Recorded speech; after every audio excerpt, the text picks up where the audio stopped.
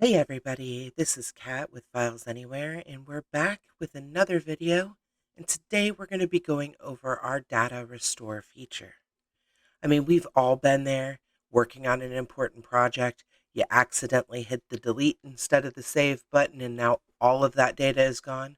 Well, here at FilesAnywhere, we have you covered. All right, to access data restore, we're going to go ahead and log into our account.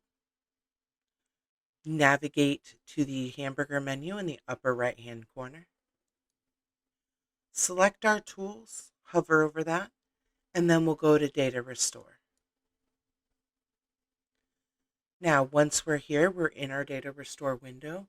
You'll see all of our restore points. Those restore points are taken once a day at 11 p.m. Central Time.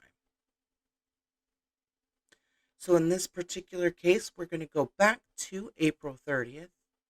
I am going to select my entire documents folder, and then I will just simply click the restore button up at the top.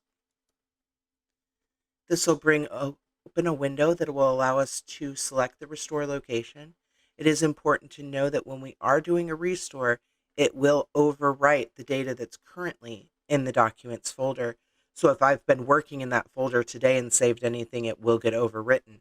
So we don't really want to do that, but we do want that file back. So we're going to go ahead and go into our restore folder, and we're going to tell it to restore there.